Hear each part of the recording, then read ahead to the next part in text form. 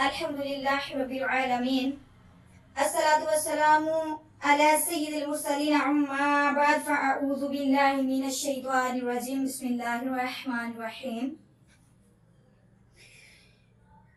زور سے درود شریف پڑھنے والا بخشا گیا۔ کسی بزرگ نے ایک شخص کو انتقال کے بعد خواب میں دیکھ کر پوچھا ما فعل اللہ بکم، یعنی اللہ عز و جل نے آپ کے ساتھ کیا معاملہ فرمایا؟ کیا اللہ عز و جل نے مجھے بخش دیا؟ پوچھا کس سبب سے؟ بولا میں ایک محدث صاحب کے یہاں حدیث پاک لکھا کرتا تھا، انہوں نے نور کے پیکر تمام نبیوں کے سرور دو جہاں کے تاجوار سلطان بحر و بر صلی اللہ علیہ وسلم پر درود پاک پڑھا تو میں نے بلند آواز سے درود پاک پڑھا، نیز حاضرین نے سنا تو انہوں نے بھی درود پاک پڑھا تو اللہ تعالیٰ نے اس کی برکت سے ہم سب کو بخش دیا۔ درود پاک کی بے شمار فضیلتیں ہیں۔ آج درود پاک کی چھوٹی سی فضیلت کے بعد ہم ماں باپ کے موضوع پر بات کریں گے کہ والدین اپنی اولاد کے لیے دعا فرمائیں تو وہ اللہ تبارک و تعالیٰ فوراً دعا کو قبول کرتے ہیں اور اولاد کے لیے بہترین فیصلے ہو جاتے ہیں۔ تو ہمیں اپنے ماں باپ کا ادب و احترام کرنا چاہیے۔ تو آئیں میں آپ سب کو سناتی ہوں والدین کے موضوع پر بیان۔ اللہ عز و جل نے حضرت سلیمان علیہ السلام کو وحی فرمائی کہ سمندر کے کنارے جائیے اور ہماری قدرت کا نظارہ دیکھیے، ہمارے جاہ و جلال کا نظارہ دیکھیے۔ آپ علی نبینا علیہ والسلام اپنے مصاحبین کے ہمراہ تشریف لے گئے مگر کوئی ایسی چیز نظر نہ آئی، چنانچہ ایک جن کو حکم دیا کہ سمندر میں غوطہ لگا کر اندر کی خبر لائیں۔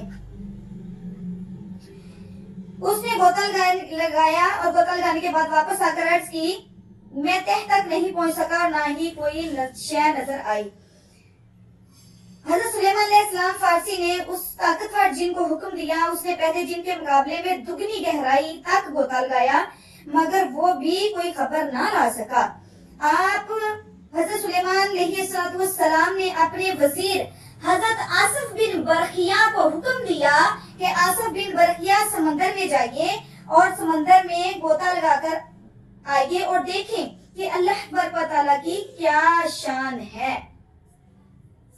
حضرت آصف بن برخیہ کو حکم جب دیا تو اس نے تھوڑی ہی دیر میں ایک عالی شان کافور 4 دروازے والا سفید سمندری گنبد دیکھا اور حضرت سلیمان علیہ السلام کی خدمت میں سراپا عظمت میں حاضر ہوا اور عرض کی اے اللہ کے پیارے محبوب، اے اللہ کے پیارے پیغمبر، میں نے سمندر میں ایک موتیوں کا دروازہ دیکھا، بہت بڑا موتیوں کا غار ہے، اس کا ایک دروازہ موتی کا، دوسرا قوت کا، تیسرا ہیرے کا اور چوتھا زمردہ کا تھا۔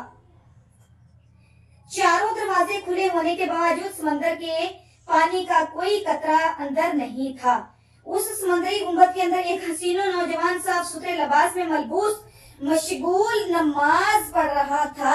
جب وہ نماز سے فارغ ہوا تو آپ علی نبینا علیہ السلام نے سلام کر کے اس سے اس سمندری گنبد کا راز دریافت کیا۔ اس نے عرض کی یا نبی اللہ، یا میرا باپ مزور اور والد نبینا تھا، والدہ نبینا تھی، الحمدللہ میں نے 70 سال ان کی خدمت کی، 70 سال ان کی خدمت کی۔ میری ماں نے انتقال سے پہلے دعا کی یا اللہ عز و جل میرے بیٹے کو درازی عمر بالخیر عطا فرما۔ والد محترم وفات کے وقت دعا فرمائی یا اللہ عز و جل میرے بیٹے کو ایسی جگہ عبادت پر لگا کہ شیطان اور جن اسے پریشان نہ کر سکیں۔ والد کی مرحوم کی تدفین کے بعد جب میں ساحل سمندر پر آیا تو مجھے یہ سمندری گنبد نظر آیا، میں اس کے اندر داخل ہو گیا، اتنے میں ایک فرشتہ آیا اور اس نے اس گنبد کو سمندر کی تہ میں اتار دیا۔ حضرت سلیمان کے اس تفسیر پر یعنی پوچھنے پر اس نے عرض کی کہ میں حضرت سیدنا ابراہیم خلیل اللہ نبی علیہ السلام کے مقدس دور میں یہاں آیا ہوں۔ حضرت سیدنا سلیمان علیہ نبینا علیہ السلام نے جان لیا کہ اس کو 2000 سال اس سمندری گنبد میں گزر چکے ہیں مگر اب تک جوان ہے، اس کا ایک بال بھی سفید نہیں ہوا۔ غذا کے مطابق اس نے بتایا کہ روزانہ ایک سبز پرندہ اپنی چونچ میں کوئی ذرا یعنی پیلی چیز لاتا ہے، میں اسے کھا لیتا ہوں، اس میں دنیا کی تمام نعمتوں کی لذت ہوتی ہے، اس سے میری بھوک اور پیاس مٹ جاتی ہے۔ اس کے علاوہ الحمدللہ اللہ جل گرامی سردی، نیند، سستی،